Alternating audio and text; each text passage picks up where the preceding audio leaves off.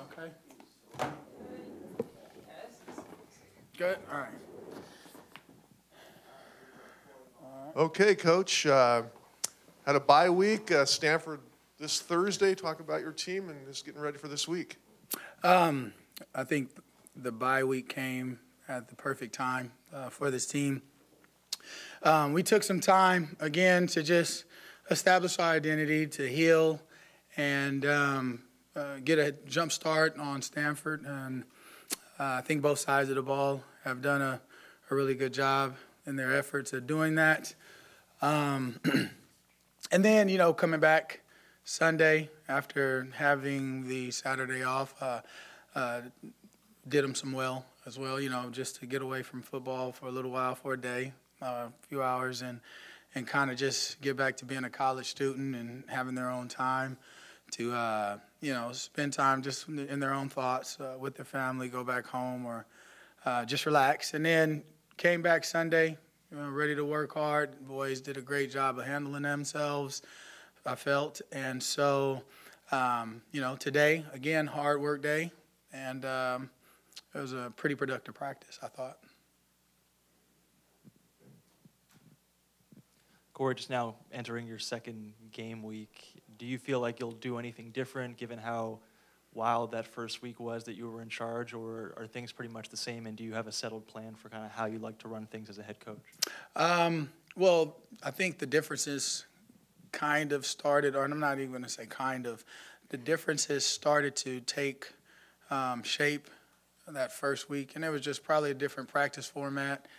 As far as calls being played, again, there's a mutual respect amongst the staff that understands where this team is right now, currently, at this stage in the season. So at the end of the day, you have to put players in a position to be successful on the field, both on and off the field. And I think as a staff, that's been the goal. So what's changed? There have been tweaks, right? But there's nothing different than what you guys really saw during that Colorado game. It was just a collective effort to really build off of that.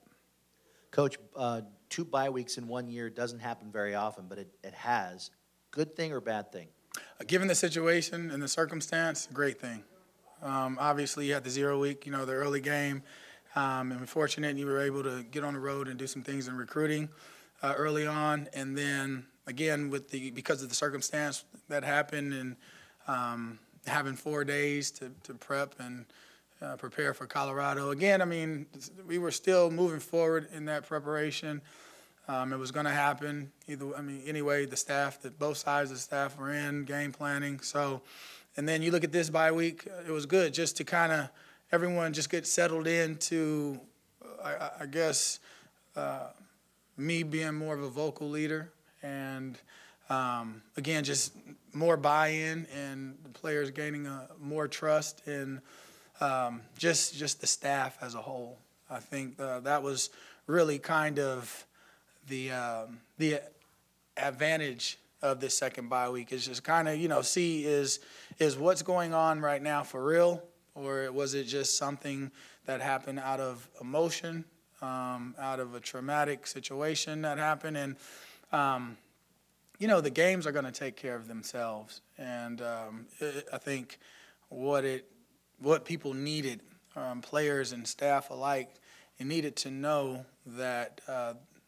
everyone involved has their best interest at heart. So to answer your question about the bye week, yes, for multiple reasons. Cory, how good is Bryce Love? Does he remind you of another runner, and how do you stop him? Bryce Love is a tremendous talent. Obviously, they will require his services on Sunday. But, like I said, there are a lot of backs. You can look and say McCaffrey has success in the same system. I can liken that system to the running backs at Wisconsin. It's a pro-style system that features downhill runners. Bryce Hill is very explosive. One guy can't tackle him. And but at the end of the day, again, if you're ready to line up 11 on 11 and play good defense against that offense, again, it'll sputter out. But you have to be assignment perfect and assignment sound. Now, not taking away or crowning Bryce Love, not taking anything away from him. He's a great player, but at the end of the day, one player doesn't make a team. And so my hat's off to him and to his success. I understand he's in the running for Heisman, and that's great for him. But, again, there's still a lot of football left to play. And there's still a lot of good teams out there that will have to defend that offense. And the challenge, for us this Thursday night is for us to be against Bryce Love and everyone else on that offense. And same thing, our offense versus that talented defense. So at the end of the day, it's still football. And Bryce Love, not just saying that he's a target or singling out any one player. They have 10 other guys on that offense that, you still have to account for. So, he's no different. I think Bryce Love, believe he ran on us last year. So, this is no shock, no surprise. And I think it's really what that offense produces, right? So. You mentioned last year. What do you kind of remember, Coach, from that game in Palo Alto last year? And are there any lessons you can kind of take away from that in preparation now being a head coach for this game? Right. just remind those guys that you can line up and play with anybody. You look at the first half there before halftime, I believe it was, 10-7 for a while, and, we did some good things on defense, got some turnovers, understand that there are some tendencies, that this offense presents that, really hasn't changed. And then, moving forward, it's just giving the guys confidence and seeing that you played with these guys last year. Now, yes, the second half didn't produce the outcome again. And then that's what that is. It's just moving forward, finishing 2 halves of football, right? It's always a tale of 2 halves. And, now in this position, it's just reminding them it's all about that second half. It's a 4-quarter game. No matter what happens, right, in the first 3 quarters, you still got to finish. You still have to wait until the clock settles and decides, winner or loser. So I was telling the team, you look at the Cal versus, Arizona game, right? It was 21-7. And then, you just talk about football. You can have a kick return, interception, punt return. That's a 21-point swing right there. So football is a game of next play, right? You can never get consumed in, where you are at the moment, because that can change dramatically for both sides, right? You can be up like we were versus Washington State, 24-6 going to half and then lose. So that's really the biggest difference. And that really, to be honest with you, I can't even really say that's a difference because everyone's going to point to the obvious, right? You can line up, we can line up and play with anybody. It's just, will we do it? Are we going to do it? And that's to the individual athlete. And the individual athlete, 111, come together and decide that we're going to move onward and upward as a team and not worry about who's in front of us. I know we talked a lot in that first week about how your role changes and what you have to do, but I don't remember if we asked you about watching film. As a position coach, you're probably just watching one thing.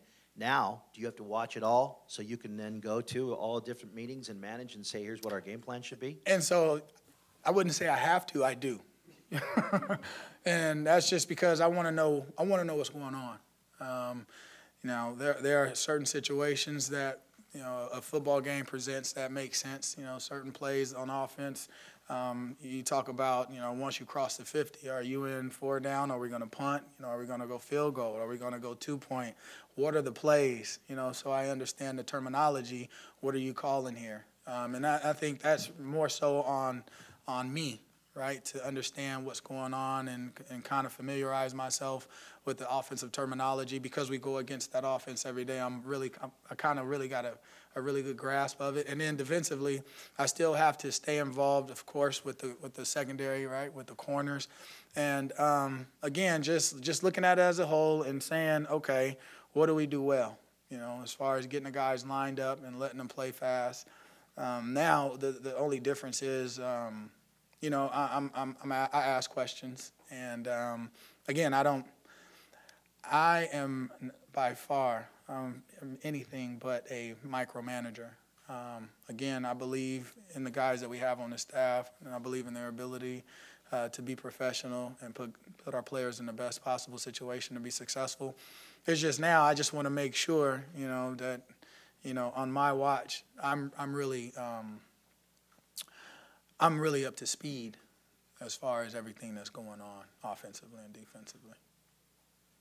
Coach, going back to your speech that you gave after Colorado, on YouTube you have quite a lot of views, and it's actually where people across the country have been viewing you, young men who want to be later in the position that your players are in. What do you say about the influence that you've been able to have not only on your players, but men aspiring to be like them? I believe it was Danny who had first mentioned that video to me. I had no knowledge of it until probably, what was that, middle of last week, somewhere around there. One thing that, people understand is that's me. I love this game.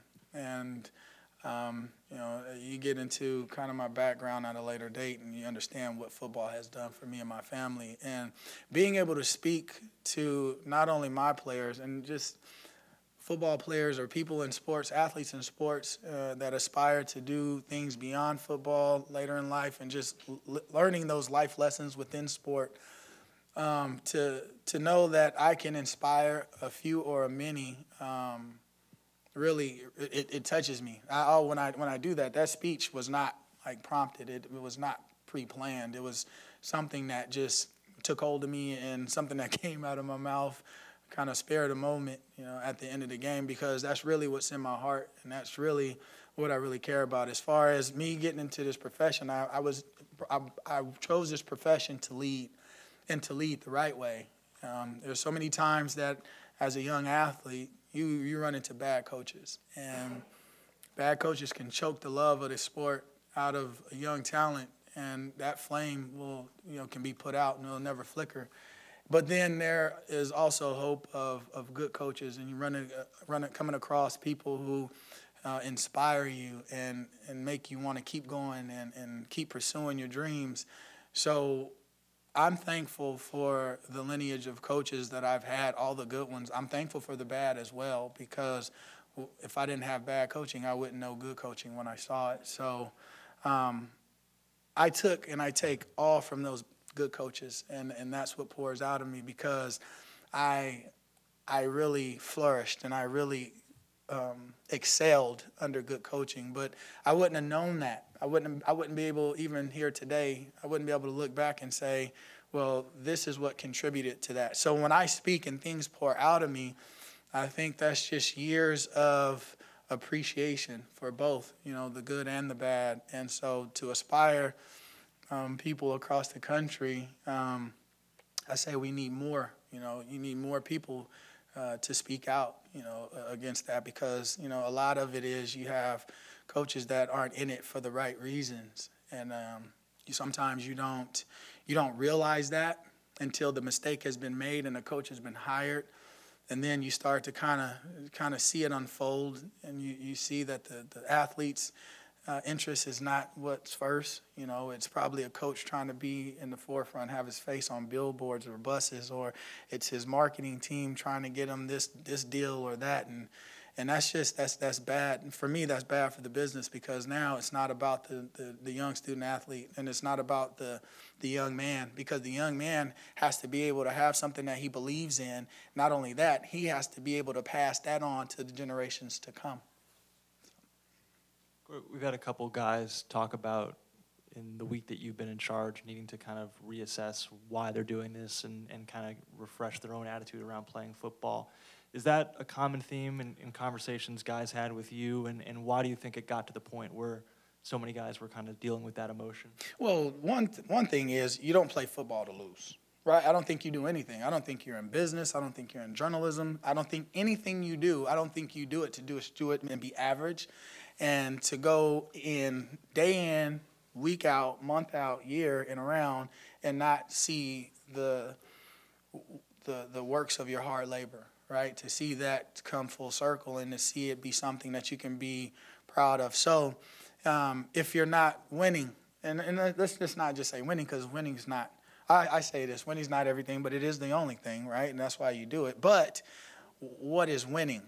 Okay, am I making strides? Am I getting better? If I don't feel like I'm making strides, if I don't feel like I'm getting better, then the question does become, well, why am I doing this? And did I make the right decision? College football is hard, right? You go from high school where, you have these periods that you have class, and then you go to practice. Practice is not as demanding in high school. And then you come to college because, high school is kind of structured, right? You have to be in this class. If not, then the school is going to call your home and your parents are going to get upset with you. Well, you come to college, no one's calling, no one's checking you absent, right? But you still are held accountable to achieving, and being eligible. So you got to go to class. Not only do you have to go to class, now the playbook, of football changes. The demands of football changes. Now you have nutrition. Now you have a weight program. Now you have all these demands.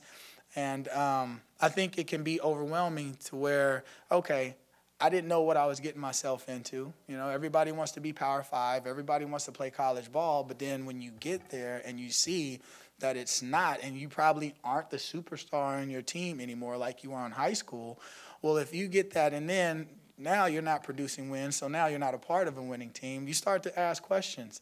And so what has to be refreshed and reminded to the athlete is, listen, you can do anything you put your mind to, but what you have to do is you have to make sure that you're doing all the right things. How are you eating?